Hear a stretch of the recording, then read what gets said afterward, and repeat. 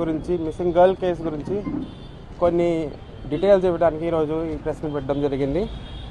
మన 7th జూలైకి 69/24 కేసులో ముచ్చబైర పిఎస్కి ఒక గర్ల్ మిస్సింగ్ కేసు నమోదైంది.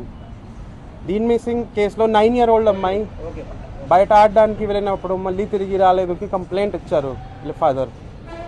మన ఇన్వెస్టిగేషన్ వెంటనే స్టార్ట్ చేసి పాత ఎస్పీ గారు, ఇన్స్పెక్టర్, ఎస్డిపి అందరు ఆఫీసర్స్కి ఇన్స్ట్రక్షన్ ఇచ్చి ఆ కేసు మీద ఉండమని చెప్పారు.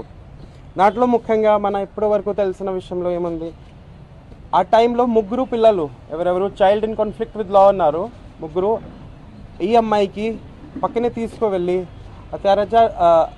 బలవంతంగా చేసి అత్యాచారం చేసి తర్వాత గొంతు నొక్కేసి చంపేశారు.